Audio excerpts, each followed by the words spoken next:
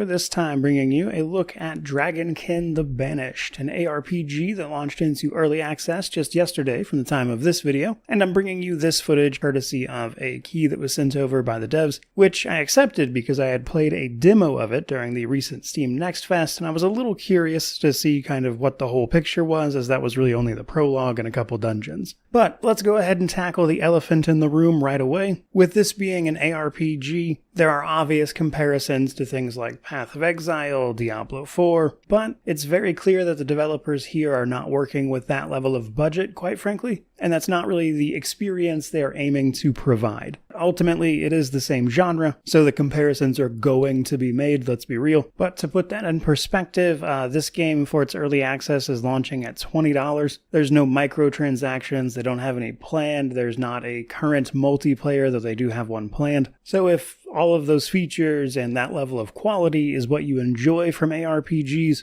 then this game would probably let you down, quite frankly. But with all of that said, let's actually dive into what this game is, because I do think it has a couple novel systems that are interesting enough to talk about, but I fully admit that outside of those systems, this game doesn't really capture me personally, and combined with it being an early access release, it's probably not something I'd really recommend to people unless you were just really over the moon about it. With that said, Dragonkin the Banished puts us in the role of people who have been altered by the blood of dragons. Dragons in this world are tyrannical influences whose blood and power seeps into the world, corrupting people into what are known as Dragonkin, which is another word for the mindless hordes of monsters we're going to be slaying in this particular title. So the catch there is, some people are able to be changed by this dragon's blood without actually losing their mind the way the dragon can do. Some of this is with the help of protections such as the scale of a good dragon, from what I understand, but the long and short of it is these people can turn the dragon's power against them, and we can see some of that power on display in the game's prologue, which puts you in the role of some high-level characters to kind of show you what's possible. But once that's done, you're going to pick one of 3 different characters. No cosmetic character creation or anything like that. These do seem to be preset characters you are choosing from, and there is a 4th one planned by the looks of it, as it's locked off currently, though these are basically the archetypes that you mess around with in the prologue. A sort of knight character with a lance and that kind of thing, a caster character, and then your more typical barbarian, each with their own kind of individual mechanics and stuff, as you'd imagine. But after that, you're pretty well thrown into the thick of it. Now, right now, early access only encompasses the game's first act, which is basically you getting established as a dragon hunter, while also being introduced to the city, as well as some of the game's mechanics before hitting what limited in-game there is currently. Now, as with all ARPGs, we're going to kill everything that moves, level up accordingly, which brings us to our progression systems. Now, probably the most interesting thing about this game is its combination of its ancestral grid and its wormling. So, as we kill enemies, we'll pick up hex fragments. These hex fragments are represented as skills and passive abilities that we can slot into our ancestral grid. By putting skill hexes into the grid, that's how we get our up to 5 skills that we can have, and then modifiers will then affect those skills. But the order in which they are laid out in the grid really matters, because what a individual node is connected to will, of course, modify that individual thing. And by the way, I think the UI could use a little work here, because you don't actually have to do anything besides put these things directly next to each other, but there's nothing indicating that the bonus is actually in effect until you mouse over it. So it took me a couple minutes to kind of understand what I was looking at here, but it's simple enough once you get the hang of it. Now, these modifiers are ultimately going to potentially add all sorts of effects to individual skills that you've slotted in, and what's more, if you can modify them with the full potential 8 modifiers, you can go into symbiosis with your wormling. Early on, you'll pick a wormling, though you can change it later, of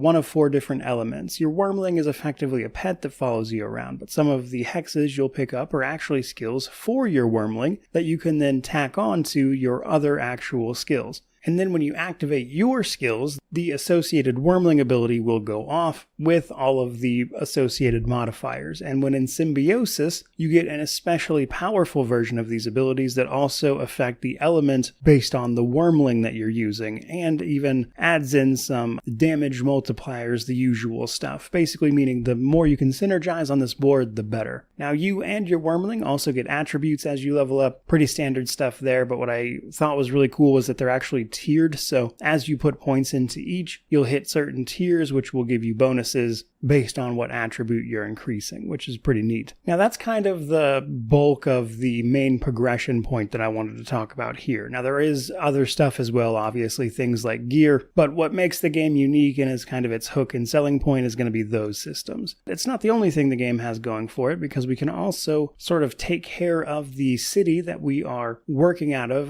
Montescale I think it's called, and we can even upgrade this place. This is a little limited in the early access, but there's a few things like getting access to, say, crafting via a jeweler who can make rings for you and the like, alongside, like merchants and armories and stuff, and obviously a whole bunch of other planned features, and later on you're even going to be able to change the appearance of the place. But obviously, outside of coming back to town to sell and craft and the usual stuff, we're going to spend most of our time out in the field fighting the endless hordes of dragonkin. Now, in terms of combat, I would say the game is pretty much what you'd expect, though realistically what you're going to get out of combat depends on how much you're willing to put into and mess around with the ancestral grid system. Now I will say I think it might get tedious for people when hexes are constantly dropping and you're constantly fiddling around with rearranging this ancestral grid menu, which was just something I noticed in the couple hours I spent playing it. But what you manage to do with that grid of course affects what your character and your wormling can do skill-wise, and it is pretty satisfying once you get that set up to behave in a certain way and make you more survivable at the same time, and then you can go up against a large boss enemy and kind of see all that stuff executed properly. But I do think they have some work to do here, as you might imagine. For starters, the general feedback of what's going on could be a little better. Damage is incredibly spiky right now. 1 second you'll be fine, and the next you take a one-shot, and while there are plenty of difficulty modifiers via just, the actual difficulty setting, it feels a little strange getting just absolutely obliterated at level 8 with one-shots out of nowhere. So I think they could stand to sort of smooth that out a little bit, especially in the early game when people are just getting used to the title. But in addition to that, even things like enemies could probably use a little bit of a look here, because for instance there's an enemy early on that explodes, and naturally you got to get out of the way of that, and you're going to use your dodge to do that. But the time between that enemy dying and the subsequent death explosion are so fast that you might just literally not have time to dodge out of the way, and that is one of those attacks that deals massive damage to you right at the start. And I think that's one area in particular that they could look at in terms of like smoothing onboarding, especially for newer players who aren't playing a ton of ARPGs, I would say, since that seems to be the sort of approach overall that they happen to be taking here. But discounting things like that, enemies seem pretty neat. They've got some interesting mechanics, perhaps the usual stuff, but even the couple boss and sort of champion type enemies that I fought were interesting to mess around with, if nothing that's really going to blow you away. So when you put all of that together, Dragonkin the Banished seems to be a perfectly serviceable early access ARPG. Now, generally speaking, I think just with that, this game's probably going to struggle to find an audience a little bit, especially since it seems to be light on content at the moment. And then, of course, as with, I would say, most early access titles right out of the bat, it's certainly got a few performance issues to boot. So, while the game does have a few novel systems, like I mentioned, right now, I'd mostly just recommend waiting and seeing if it gets cleaned up over the course of its early access period. But come time for the game's actual release, I'll probably swing back around and take a quick look at it and see if I like the progress or not. But as of this moment, it's a little too rough and bare bones for my liking, which is where I'm going to wrap up this particular video. So if you enjoyed all that, by all means, like, comment, subscribe, all that YouTube jazz. But regardless of any of that, truly, just thank you so much for watching. I really do appreciate it. May you wander in wisdom and have an amazing